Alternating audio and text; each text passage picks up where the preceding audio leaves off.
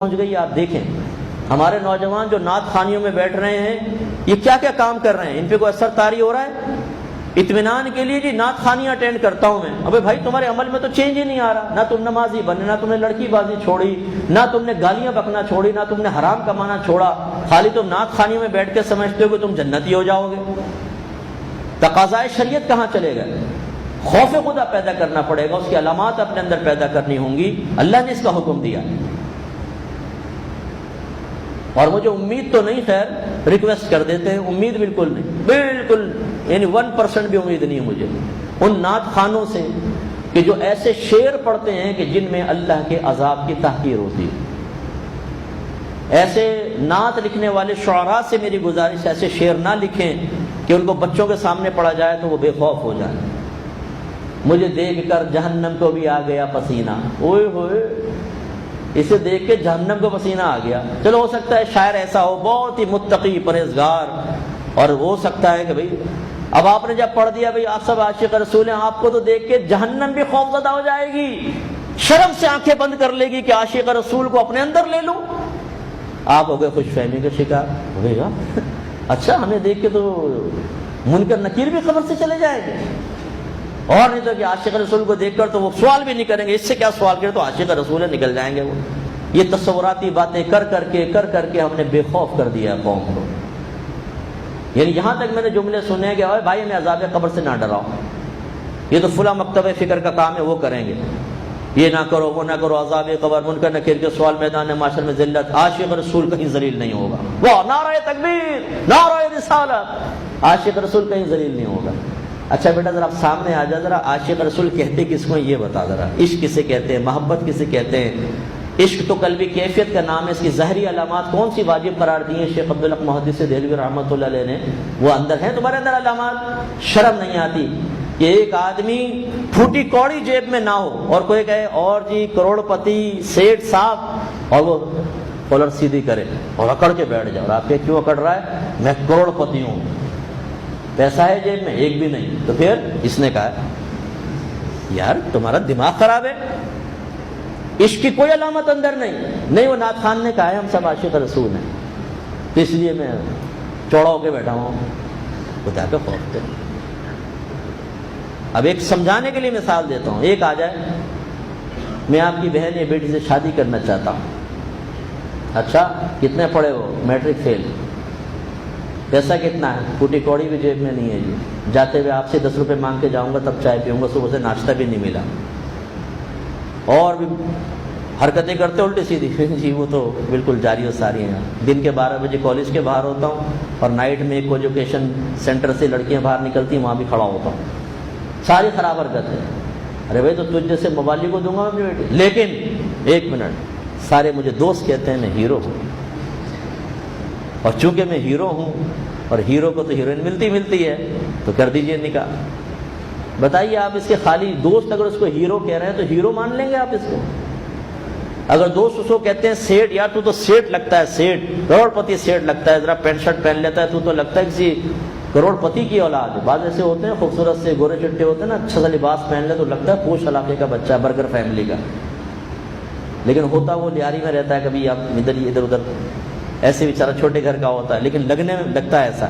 تو خالی لوگوں کے کہنے سے آپ اس پہ یقین کر کے اس کو سب کچھ دے دیں گے.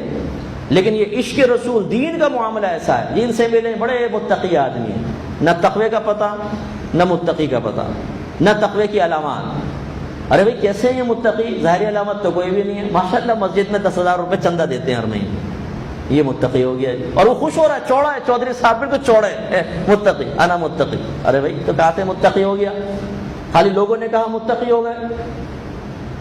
تو اب آپ سب بیٹھے ہوئے, میں آپ سب کو بولتا ہوں تم سب کروڑ پتی ہو, سب ایم این اے ہو, سب ایم پی ہو, تم سب پاکستان کے پرائم منسٹر ہو, مان لو. آپ کہیں گے مفتی صاحب پاگل ہو گئے, انہیں باہر نکالو. میں تو پاگل ہو گیا. ایک نعت خان آپ میں کوئی عشق کی علامت نہ, اور آپ کو کوئی عاشق رسول, وہ پاگل نہیں ہے, وہ بہت اچھا ہے, اور فوراً یقین بھی کر لیں ہاں عاشق رسول ہے.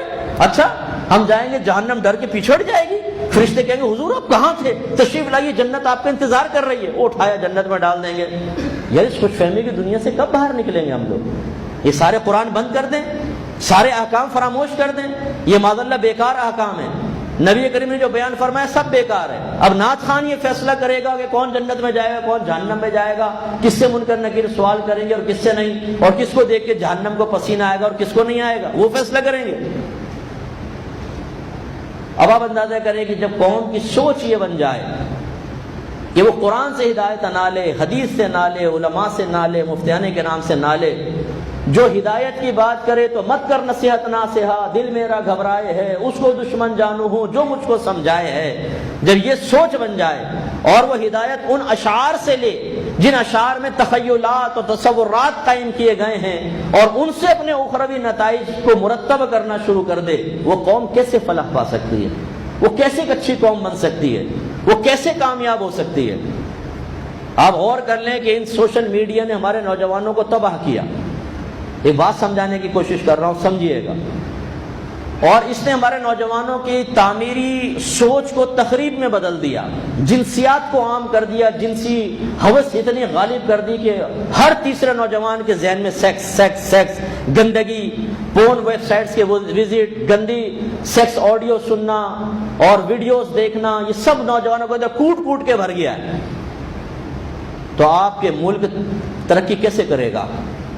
وہ اچھے نوجوان کہاں بن رہے ہیں کہ جو کامیاب ہوں؟ پھر سالہ سال پڑھتے نہیں، نقلوں پہ اعتماد ہوتا ہے، پھر دیکھیں ٹی وی کے اوپر، یعنی سامنے کیمرہ لے کے کھڑا ہوا ہے ٹی وی چینل کا آدمی، اور وہ یوں دیکھ کے لکھ رہا ہے، رک نہیں رہا کہ شرم سے رکی جائے کہ یار تو ہٹ جا بھائی، سائڈ میں کیا کر رہا ہے، ابے کرنے دے بھائی، ٹائم بڑا کم ہے۔ تو ان چیزوں نے تباہ کر دیا، تباہ آج آپ کے ملک میں نظر آ رہا ہے۔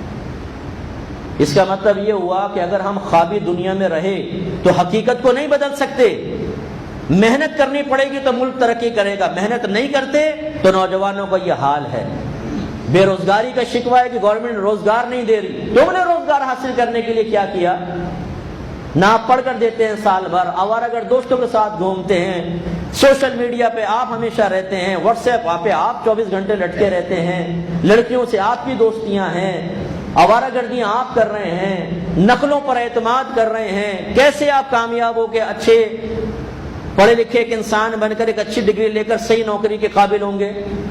اپنی کوتاہیاں کوئی نہیں دیکھے گا، سارا وبال گورنمنٹ پہ۔ دیکھیں ہم نوجوانوں میں نوکری نہیں مل رہی، بے روزگار ہیں۔ بے روزگار ہو کیوں؟ تمہارا اپنا کتنا قصور ہے یہ دیکھو نا۔ معلوم یہ ہوا کہ اگر آپ حقیقت سے منہ موڑ کر خوش فہمی کی دنیا میں رہیں کبھی کامیاب نہیں ہوں گے، جس کا پریکٹیکل میں نے آپ کو بتایا، دیکھ لیں اپنے اطراف میں۔ تو پھر عشق رسول، محبت رسول اور خوف خدا کے معاملے میں ایک تصوراتی دنیا میں رہ کر کیسے آپ اپنی منزل پا سکتے ہیں؟ اس میں کیوں نہیں نقصان ہوگا؟ یہ کیسے ہو سکتا ہے کہ آپ نہ ڈریں، اللہ سے نہ ڈریں، رسول سے نہ ڈریں، محبت کے تقاضے پورے نہ کریں، عشق کے تقاضے پورے نہ کریں، اور اللہ تعالیٰ اور اس کا رسول آپ کی مرضی کے تابع ہو جائیں؟ کہ ہم وہاں پر جا کر کہیں جو ہم چاہتے ہیں وہ دیجیے ہمیں اور وہ دے دیں گے ہمیں؟ کیسے؟ جب دنیا میں یہ نہیں ہو رہا تو آخرت میں کیسے ہوگا؟ دنیا میں بھی ہمارا رب ہے، آخرت میں بھی وہی رب ہے۔ دنیا میں محنت نہیں کرتے، اکثر ایسا ہوتا ہے، پھر اللہ تعالیٰ کی طرف سے ترقیاں نہیں ہوتی، ظاہری اسباب آڑے آتے ہیں، تو پھر آخرت کے اندر کیسے خوش فہمی ہم نے پیدا کر لی؟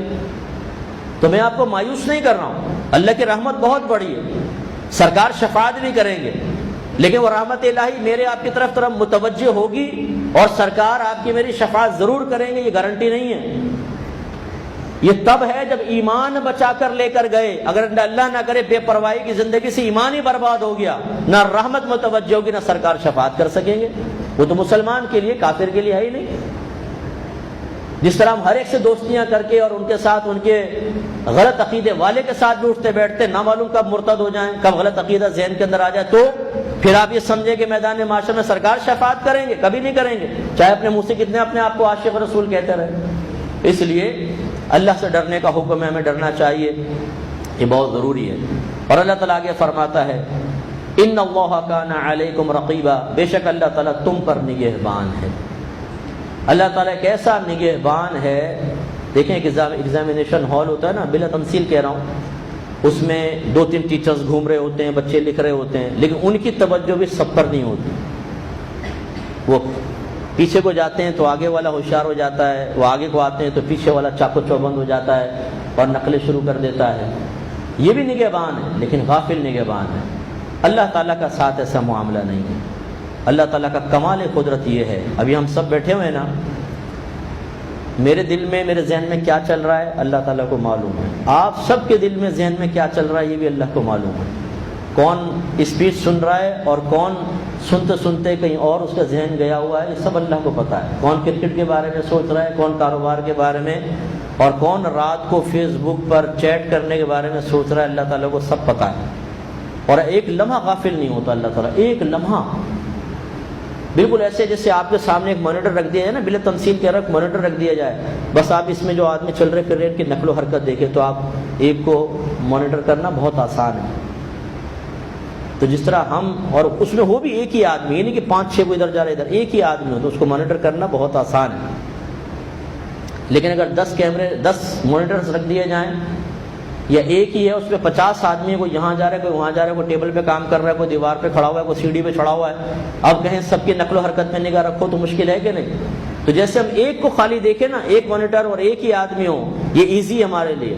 اللہ تعالیٰ کے لیے سب پر ہم وقت نگاہ رکھنا، ان کے خیالات ان کے خطرات کو جاننا، اس مانیٹر ایک مانیٹر پر نگاہ رکھنے سے بھی زیادہ آسان ہے۔ یہ اس کا کمال ہے ہمارے رب کا۔ ہر شخص کے ساتھ اللہ تعالیٰ کا علم اور اس کی قدرت وابستہ ہے، ہر ایک کے ساتھ۔ تو لہٰذا اللہ تعالیٰ پہ ڈرا رہا ہے۔ یہ مت سوچو کہ جیسے اب ہم آمنے سامنے بیٹھے ہوئے ہیں اور آپ ایک بڑا آپ کو سمجھا رہا ہے تو آپ دلی دل میں اس کو برا بھلا کہہ رہے ہیں، گالیاں بک رہے ہیں یا کچھ کر رہے ہیں، تو اچھی طرح یاد رکھیں کہ سامنے والا تو نہیں سمجھ رہا، کیونکہ آپ سر جھکا کے بیٹھے ہوئے ہیں، لیکن اللہ تعالیٰ جانتا ہے۔ جب ہم تنہا کمرے میں ہوتے ہیں اور غلط قسم کے مناظر دیکھ رہے ہیں، کوئی نہیں جانتا لیکن اللہ تعالیٰ تو جانتا ہے۔ جب ہم بے تکلف دوستوں کے درمیان بیٹھ جاتے ہیں، اس وقت بہت سے لوگوں کی نگاہوں سے پوشیدہ ہو کر اپنی عزت کو بچا سکتے ہیں، بدنامی نہیں ہوگی کیونکہ دوست خیال کر لیتے ہیں، لیکن اس وقت بھی اللہ تعالیٰ ہمیں دیکھ رہا ہوتا ہے۔